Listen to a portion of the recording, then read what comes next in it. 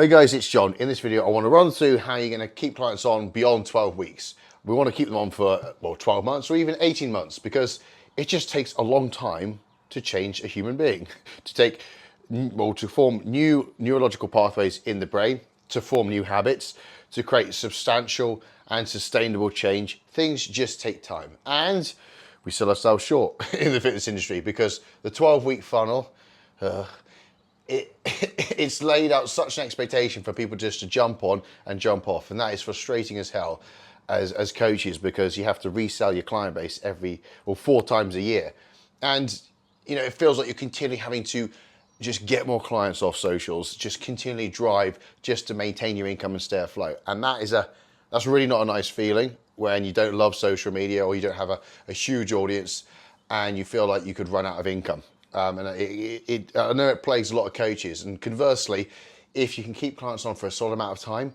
that really mitigates all that worry because your income is strong, stable, it's obviously predictable, plus you can grow so much more quickly if you don't have people dropping off the back end. And this strategy here is what I use to take one of my clients from 4,000 a month to 25,000 a month, and it was just simply the fact of shifting away from 12-week packages. It was monumental, where we can keep clients on for longer. That enabled us to get better results, which had a cascade effect because obviously we earned double to triple the amount of income per client.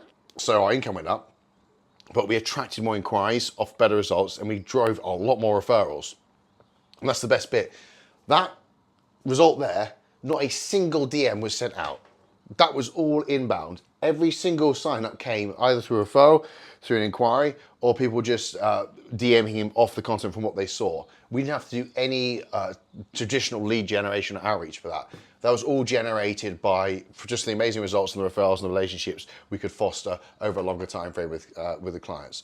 So that's what I want to walk you through today. Now, it's carrot and stick. It's pretty obvious why it's called carrot and stick, but we'll go into it. We'll start off with a stick. Carrot's better. I prefer carrot. So that'll be our treat for getting through the stick. Now, stick is basically laying out your structure of your service. This is more like the financial element, and we can go into agreements as well, but I like to kind of label these as commit and save offers. So people, I guess it's paid in full. For a lot of people might understand that, paid in full. So offering a financial incentive if someone was to commit to the process. And I'd always overlap this with a goal. So I'd never just lay it out. I would just reference what their goal is, how long it's going to take realistically. And then from that point onwards, you could just say, well, this is how long it's going to take. I imagine we'll be here at the going through the process around that month. But obviously, for those committing to the process, they save money. And in this example, they would save £250 if they committed to 6 months. That's like the discount. So you'd say that if you commit to 6 months, which is, your goal is going to take 8. If you commit to 6 months, you save 250 quid. And then the added secret sauce for that is if they add payment splitters. So the phrase I would use and the way I'd communicate this, the commit and save offer is, look, your goal, I think it's going to take 8 months. Now, I do offer savings for those who commit to the process. If you commit to the 6 months, you'd save 250 quid. You can pay that in full if you'd like, which is that number there. It's £1,249, or you could split it interest-free into a number of payments, whatever's convenient to you. And then I'd shut up and let them let them respond. Or if they don't want to do that, they could pay just the going rate of 250 a month, but with a clear expectation, which we're going to get onto, of the process and then the time frame being. But if you can split the payment, and you can easily do this there's loads of services which can do this for you, and then you can get that money paid for you up front in full, but they can pay it interest-free in installments. They can save money, and then the other bonus is you can actually add this in. You don't have to do this, but if they just pay monthly, they pay at this rate. But if they commit, they pay that up front, and then after that period, they drop down onto like a better rate because they've committed, and you reward that.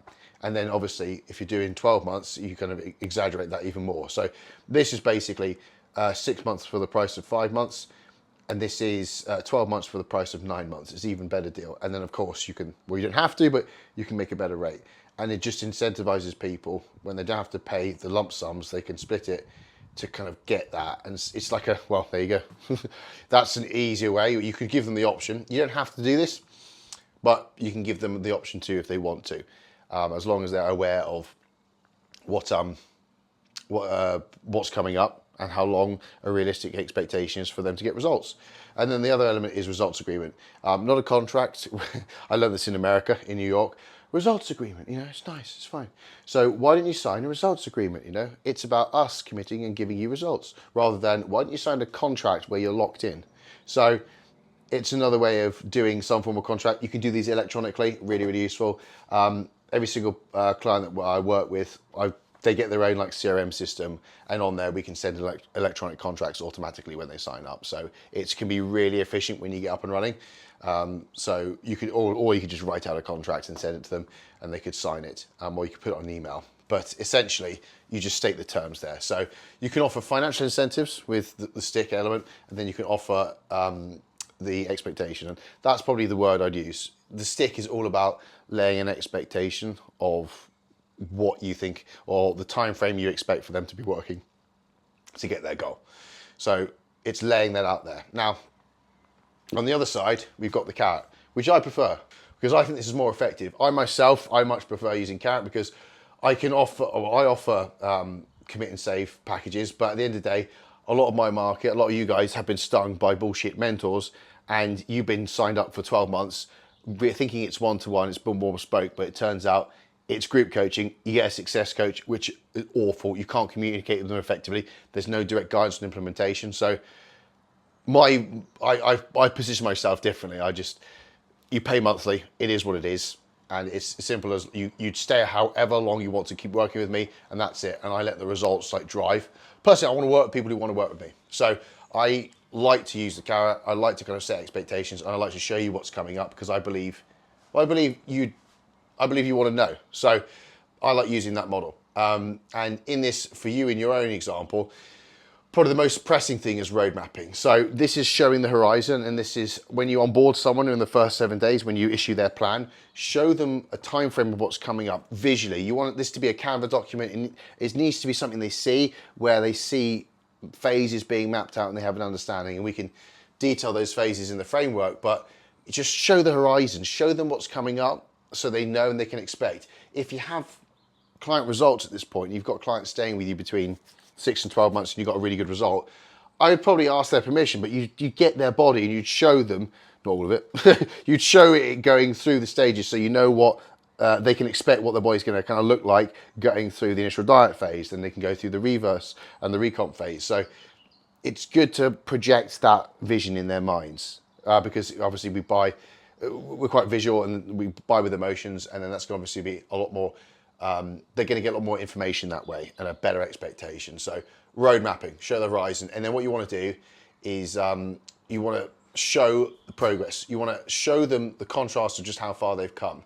And these two strategies, they solve two of the biggest reasons, two of the most annoying reasons why your clients drop off, is because, well, the road mapping basically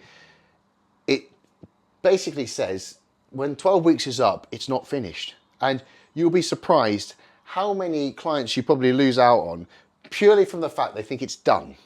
They think once they finish that deficit, it's done, where it's not. But they don't know any better, and we just they're dropping off, that's fine. Do you want to stay? You should stay, but you do want...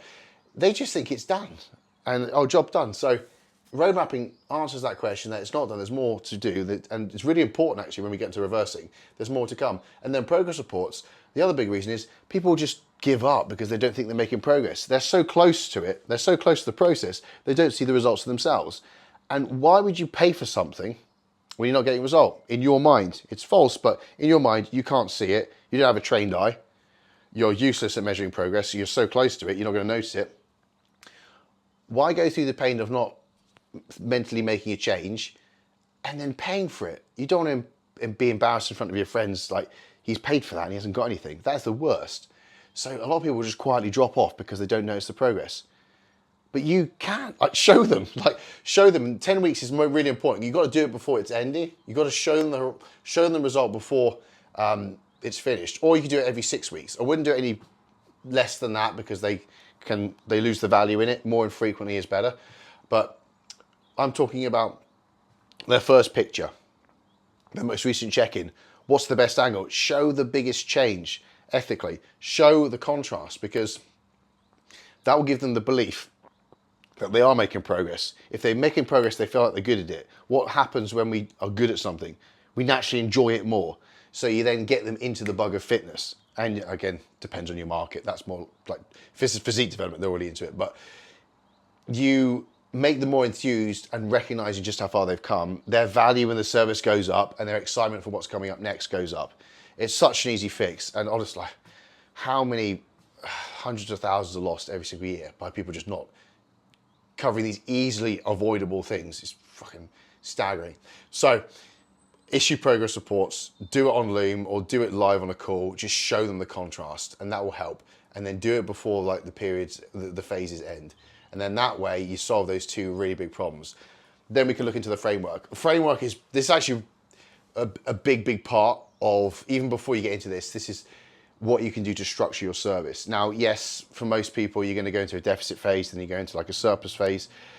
And you're even probably gonna use the word maintenance. And for God's sake, if you use I'm going to reach through this screen and I'm going to throttle you if you use the word maintenance ever again after you watch this video, because it is the most boring word in the human language. Why am I going to pay for something when I'm just maintaining and not going anywhere? Yes, it's technically a term, but do you have to use it? No. Just I'm ranting. Relabel the word maintenance and your clients will enjoy it. Fucking maintenance.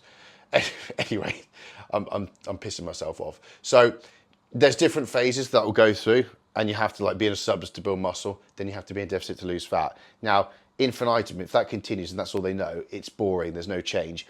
Well, I can save myself some money here.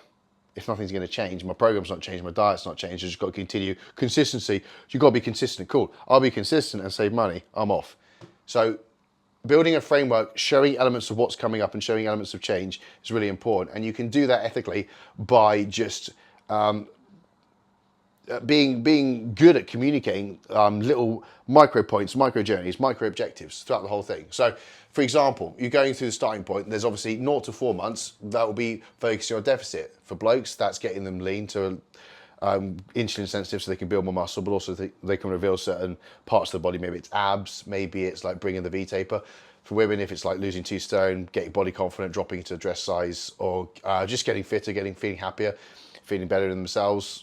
Or if they want to see their abs, it's just that. And then after that, reversing out, massive selling point, because most people will think it's ending at there. And you know, if you make it clear that when they finish and they're at their lowest weight, that's the midpoint, or that's like 2/3 in, they have to reverse out. A lot of people don't realize that, but if you explain, if they don't reverse out, they put the weight back on and then some. We have to slowly bring up your calories and exit you. But the good news here is you're at a period where you can build muscle mass a lot more quickly because you're leaner and your insulin's, you're more insulin sensitive. And I'm working with bodybuilders, and a few generally believe that you can, in 12 weeks and 16 weeks, whilst being insulin sensitive after a really good cut, you're probably going to build more muscle in that period than a whole year if you were in, let's sort of tail end of a bulk. So being able to sell that phase and the necessity of it is really, really important. And for women, if you're trying to, they don't want to be bulky, they don't want to build muscle, and they've taken so long to get to this physique and they don't want to lose it, well, the reason you say that is like, well, keep it, let's keep it. Let's work now, reverse you out, so you can eat more food and keep hold of this condition for as long as possible. And then we can tone areas of your body, use the words they want to use, and then, or we build muscle here, because that's going to improve and help you keep hold of this condition and keep the fat off for considerably longer. And then you can start to show them like a 2-year goal, where if there's like an hourglass physique, if there's an X frame taper, whatever they want, that's when you show them horizon. And I would always say, within frameworks and when you kind of sign clients up, you as the coach, you want to have a 6-month goal and a 2-year goal for them. They will have a 3-month goal, which is probably realistically a 6-month goal. You need to kind of show that and make, just be honest and accurate, but you always want to have a 2-year goal once they get through the end of that reverse, where you really show them the horizon of what's coming up and what do they look like with 2 years worth of muscle gain, because it takes a long time to build muscle. But ultimately, that's the picture that the superhero physique that they want. We need to have that next goal lined up and just show them it. We need to offer it. You don't have to tie them in. They can leave if they want to leave, but show them it and let them decide. So we've gone through the reverse out, and then technically between 6 and 18 months, that could be a year's worth of bulking. And the best way to do that is split it up. Portion volume to different parts, different muscle groups. So it's like little mini phases, and you can maintain focus on little things, and you can change focus. This change is exciting because they're never going to notice their body incrementally changing all over with fat added onto it. Slowly but surely, the weights will go up, but I've gone through this myself, and it's so much more exciting where we're going to focus on, okay, adductors are going to be the main focal point for the first phase.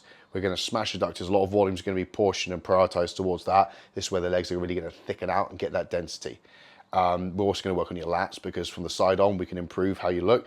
We can just thicken those slightly. Plus from the front, when we're lean, look at this photo, when you're lean, that's where we're going to bring up there. You're going to have a bit more mass at the lower part, and that's going to make this silhouette even better. And then when we've gone through that, then so we're going to go move on to the quads, because we've got that sort of balance and we've got the thickness from the front. We're going to work on your quads with deeper lines coming through. And then we're going to probably look at upper chest again, bring that forwards. Your delts are capped off nicely, but we might bring in rear delt at that point. So from the side on again, you get that curve here, here, here, and here. Paint the picture, and then have little mini targets for each part of the process. And it just becomes really exciting. And it makes that long, arduous part where people do drop off, it makes it more stimulating and, oh, fun word. And then throughout that process, you can do like cuts as well. You can add those in as and when you see fit. And again, mini cut, resensitize, that'll make them excited, because it's like, wow, let's pull it back down. Let's see how much tissue we've added. And then it's pretty easy to maintain someone on a deficit, on a fat loss phase. That's the most exciting part. It's short, it's sweet, it's intense, it's exciting. They can see the change. Whereas the bulk, you've got to be a bit tactical like that. But that's obviously for a lifestyle transformation market, a bit more physique development market. You know your clients, you're going to have to communicate it in your own way. But having a framework where things are laid out and there's like an expectation of what's coming up and it's exciting, that's the main thing to bear in mind. Show the horizon, and when people sign up, just show them their own personalized journey, and it makes that process so much more entertaining. And at that point, if they know what if the incentive is to stay, something's changing, they've always got something to look forward to. You're doing everything you can, everything in your power to make that lever go from here to here. And here are the sums. This is why it's important. I'm going to finish on this because I know you guys don't like retention. It's not fun. You just want to get more clients. But this is how it actually matters. Because, okay, let's just say if you are charging $250 a month and you want to earn 100K a year, you only need 32 clients. That's one every 11 days. If you keep hold of them for 12 months, and then if you're doing 200, you charge slightly less, you need 42 clients. And if you charge 150, which is like the entry point now in the market, you need 56 clients, roughly one a week. Now, conversely, I know the sums. If you are doing 12 weeks, and let's just say that's, if you keep them for 12 months, it's 56. If you keep hold of them for just 12 weeks, or you struggle on that, it's almost 300. Almost 300 people if you don't have frameworks and structures in place to retain clients.